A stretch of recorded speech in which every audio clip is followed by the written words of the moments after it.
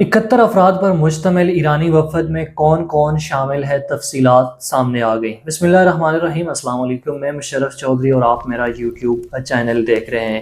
ناظرین اکرام، جیسا کہ آپ کو معلوم ہے کہ آج اسلام آباد میں ایران اور امریکہ کے درمیان مذاکرات ہونے جا رہے ہیں، اور یہ مذاکرات کرانے والا ملک پاکستان ہے۔ اس میں کلیدی کردار ادا کیا ہے شہباز شریف اور جنرل عاصم منیر صاحب نے۔ اگر بات کریں کہ ایرانی وفد میں کون کون شامل ہے، تو جی ایران کے امریکہ کے ساتھ اہم مذاکرات کے لیے پاکستان آنے والے وفد کی تفصیلات سامنے آ گئی ہیں، جس کے مطابق ایرانی وفد 71 افراد پر مشتمل ہے۔ اس سے اندازہ آپ لگا لیں کہ انہوں نے 2-4 بندے نہیں بلکہ 71 افراد پر مشتمل یہ وفد بھیجا ہے۔ ان وفد میں کون کون شامل ہیں، تفصیلات ہم آپ کے ساتھ شیئر کرتے ہیں۔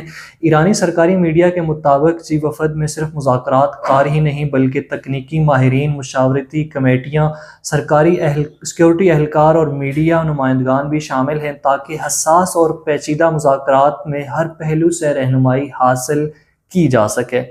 وفد کی قیادت ایرانی پارلیمنٹ کے اسپیکر محمد باقر کر رہے ہیں، جبکہ وزیر خارجہ عباس عراقچی بھی اہم رکن کے طور پر شامل ہیں۔ رپورٹ میں کہا گیا ہے کہ ایران اور امریکہ کے درمیان مذاکرات نہایت حساس نوعیت کے ہیں، اس لیے وفد میں تکنیکی اور ماہرین پر مشتمل ٹیمیں بھی شامل کی گئی ہیں جو مختلف معاملات پر فوری مشاورت فراہم کر سکیں۔ دوسری جانب امریکی وفد کی قیادت نائب صدر جے ڈی وینس کریں گے، جبکہ خصوصی ایلچی اسٹیو ویٹکوف اور صدر ڈونلڈ ٹرمپ کے داماد جیرڈ ڈکشنر بھی مذاکرات میں شریک ہوں گے۔